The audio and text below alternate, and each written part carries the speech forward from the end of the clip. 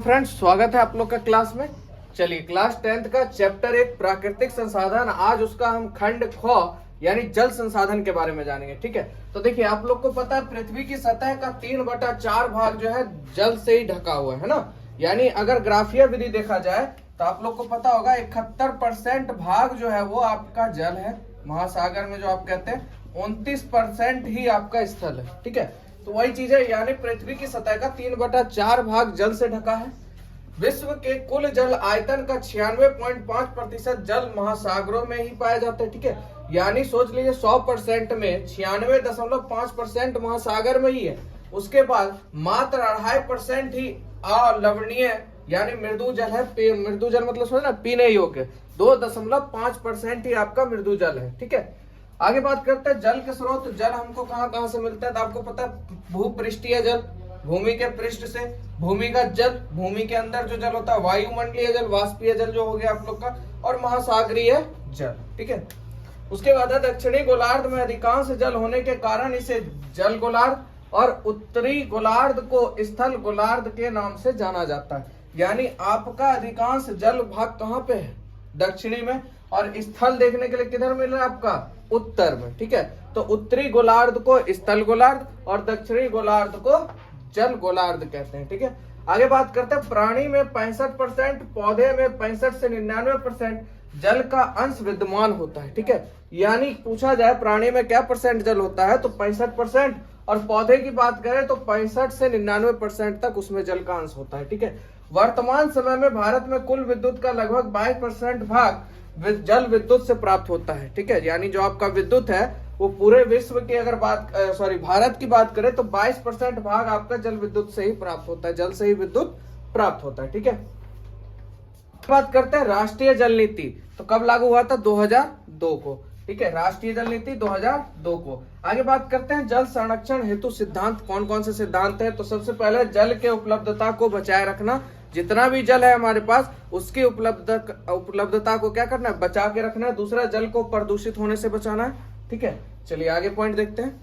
चलिए अगला पॉइंट है प्रदूषित जल को स्वच्छ कर उसका पुनः चक्रण करना। ठीक है, चलिए आगे बात करते हैं भारत में सर्वाधिक वर्षा कहाँ होती है, मासिनराम में होती है, जो आपके मेघालय में स्थित है, याद रखिएगा।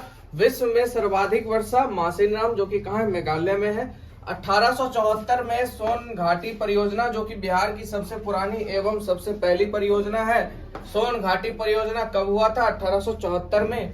उसके बाद बिहार विभाजन से पूर्व इंद्रपुरी जलाशय योजना जो है उसका नाम कदवन जलाशय योजना के नाम से जाना जाता था। मतलब पहले नाम था कदवन और बाद में हो गया इंद्रपुरी जलाशय। ठीक है, बिहार विभाजन से पूर्व।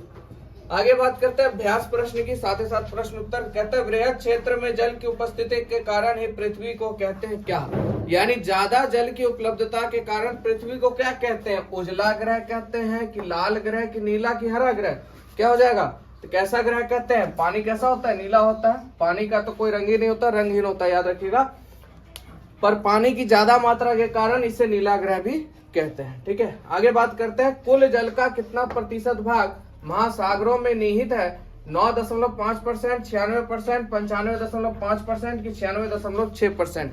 अभी जस्ट आप लोगों ने पढ़ा है, तो क्या हो जाएगा इसका,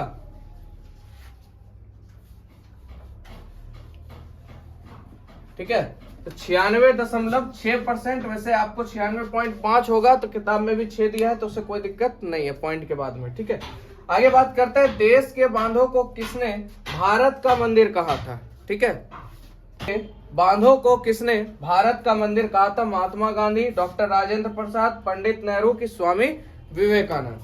ठीक है, तो किसने कहा था देश को बांधों का मंदिर, भारत का मंदिर किसने कहा था, पंडित नेहरू ने कहा था। ठीक है, देश के बांधों को भारत का मंदिर किसने कहा था, पंडित नेहरू ने। चलिए आगे देखते हैं। अगला प्रश्न है प्राणियों के शरीर में कितना प्रतिशत जल की मात्रा निहित है, 55%, 60, 65 या 70%। तो देखिए इसमें कितना परसेंट हो जाएगा आप लोग का जल की मात्रा, चलिए तो 65% जल की मात्रा निहित होती है। ठीक है, और आपको पता होगा पेड़ पौधों में कितना होता है, 65 से 99। बिहार में अति जल दोहन से किस तत्व का संकेंद्रण बढ़ा है, यानी ज्यादा जल दोहन के कारण कौन सा तत्व आया है, तो याद रखिएगा फ्लोराइड, क्लोराइड, आर्सेनिक, लोहा। ठीक है, तो हो जाएगा आप लोग का आर्सेनिक। कौन सा बढ़ा है, आर्सेनिक बढ़ा है। चलिए आगे बात करते हैं लघु उत्तरीय प्रश्न की। तो बहुउद्देशीय परियोजना से आप क्या समझते हैं। ठीक है, बहुउद्देशीय परियोजना से आप क्या समझते हैं। तो जब किसी परियोजना के विकास का उद्देश्य बाढ़ नियंत्रण, सिंचाई, विद्युत उत्पादन, परिवहन, मनोरंजन के साथ ही साथ कई अन्य उद्देश्य होते हैं, तब उन परियोजनाओं को बहुउद्देशीय परियोजना कहते हैं। मतलब बहुत सारे उद्देश्य को लेकर जो परियोजना चालू होता है उसे बहुउद्देशीय परियोजना कहते हैं। ठीक है, आगे है जल संसाधन के क्या क्या उपयोग है, इसको लिखिए। तो पेयजल हेतु आवश्यक, भैया जल संसाधन का क्या काम है, पीने के लिए, है ना। घरेलू कार्यों में जरूरी है, घर के कामों में। सिंचाई में उपयोगी है, खेत पथार में। अग्निशमन हेतु, है ना, आग बुझाने के लिए। मल मूत्र विसर्जन हेतु आवश्यक है। तो इन सभी चीज के लिए जल संसाधन आवश्यक है आपका। ठीक है, आगे बात करते हैं अंतरराज्यीय जल विवाद के क्या कारण हैं। ठीक है, तो एक से अधिक राज्यों से होकर बहने वाली बड़ी नदियों पर जब स्रोत के निकट ऊपरी भाग में बांध बना दिया जाता है, तब शेष राज्यों की नदी घाटियों में जल का अभाव हो जाता है, जिससे जल संकट उत्पन्न होता है। यही अंतरराज्यीय जल विवाद का मूल कारण है। ठीक है,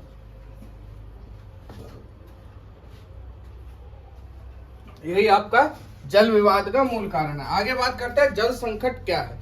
तो देखिए स्वीडिश वैज्ञानिक फाल्कन मार्क के अनुसार एक व्यक्ति को प्रतिदिन लगभग 1000 घन मीटर जल की आवश्यकता होती है। जब उसे इस मात्रा से कम जल मिलने लगता है, तब इसे हम लोग क्या कहते हैं, जल संकट कहते हैं।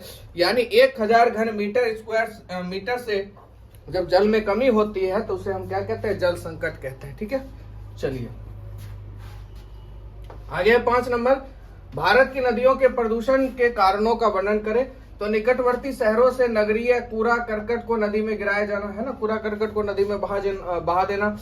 नदियों के किनारे बसे औद्योगिक कारखानों से निकलने वाले अपशिष्ट एवं रसायनों को नदियों में बहा देना। मृत जीवों को नदियों में फेंक देना। कृषि में प्रयुक्त कीटनाशकों, रसायनों एवं उर्वरकों का जल के साथ बहकर नदी में मिल जाना, यह सभी भारत की नदियों को प्रदूषित करते हैं। ठीक है, चलिए देख लीजिए एक बार बढ़िया से, आराम से रोक रोक के आप लोग क्वेश्चन प्रश्न उत्तर लिख सकते हैं। ठीक है, चलिए आगे चलते हैं। दीर्घ उत्तरीय प्रश्न, पहला क्वेश्चन है जल संरक्षण क्या है, इसके क्या उपाय है। बहुत बढ़िया क्वेश्चन है, ध्यान समझिए। वर्तमान समय में जल संकट दिन प्रतिदिन गंभीर होती जा रही है, अतः जल की उपलब्धता को बनाए रखने, उसे प्रदूषित होने से बचाने तथा प्रदूषित जल को स्वच्छ कर पुनः उपयोग लायक बनाना एवं वर्षा जल को संग्रहित करना ही जल संरक्षण करना कहलाता है। ठीक है, यानी जल का दुरुपयोग ना हो, जहां तक हो उसका सदुपयोग ही हो, उसी को हम जल संरक्षण कहते हैं। ठीक है, जल संरक्षण का उद्देश्य स्वास्थ्य, जीवन, खानन, सुरक्षा और उत्पादक क्रियाओं को सुनिश्चित करना है। जल संरक्षण के लिए 3 मुख्य उपाय किए जा रहे हैं। सबसे पहला आपका भूमिगत जल स्तर को बनाए रखना। भूमिगत जल ही नलकूपों द्वारा आपको मिलता है, कुएं द्वारा, गांवों, शहरों और खेतों में जल का स्रोत है ना, इसी के द्वारा आप लोग जल प्राप्त करते हैं सभी लोग। इसके स्तर को बनाए रखने तथा बढ़ाने के लिए वृक्षारोपण, जल संचयन एवं खुली जगह या गैर कंक्रीट जगह को छोड़ना आवश्यक है। क्योंकि हम लोग देखते हैं जहां पे भी कॉल गढ़ है, कंक्रीट लोग कर देते हैं। कंक्रीट नहीं करना चाहिए वहां पर। ठीक है, ज्यादा दूर तक नहीं करना चाहिए, उससे पानी जो है नीचे सींचता है ना। जब वर्षा का पानी पड़ता है तो धरती क्या करता है, पानी को सींचता है, और वहां कंक्रीट किया रहेगा तो पानी को सींच नहीं पाएगा। ठीक है, सबसे पहला काम यह हो गया। दूसरा आपका जल संभर प्रबंधन, यानी किसी एक सहायक नदी की द्रोणी को जल संभर कहा जाता है। किसी एक सहायक नदी की द्रोणी को जल संभर कहा जाता है, और इसके प्रबंधन हेतु नदी द्रोणी क्षेत्र में उद्यान कृषि हो गया, जल कृषि, वृक्षारोपण कार्य किया जाना चाहिए। ठीक है, तीसरा है तकनीकी उपाय। तकनीकी उपाय के अंतर्गत वैज्ञानिक आधुनिक उपायों को अमल में तीनों की जरूरत है, यानी इस तीनों की जरूरत के कारण इसको हम संरक्षण कर सकते हैं। ठीक है, तीनों उपाय हम हो गया। चलिए लास्ट प्रश्न देखते हैं। इसका प्रश्न है वर्षा जल की मानव जीवन में क्या भूमिका है, इसके संग्रहण एवं पुनः चक्रण की विधियों का उल्लेख करें। देखिए वर्षा जल संचयन बहुत बढ़िया चीज है। यानी देखिए ये स्टार्ट हुआ था राजस्थान से, याद रखिएगा स्टार्टिंग कहां से हुआ था, राजस्थान से, यानी छत पर वर्षा के जल को समेट मतलब संग्रहित किया जाता था, भंडार किया जाता था, उसके बाद धीरे धीरे उस पानी का उपयोग किया जाता था। आइए उसी के बारे में है। कहता है पृथ्वी पर उपलब्ध सागरीय जल लवणीय है, जिसका सामान्य दैनिक जीवन में उपयोग नहीं है। सागर के जल का उपयोग नहीं है ना।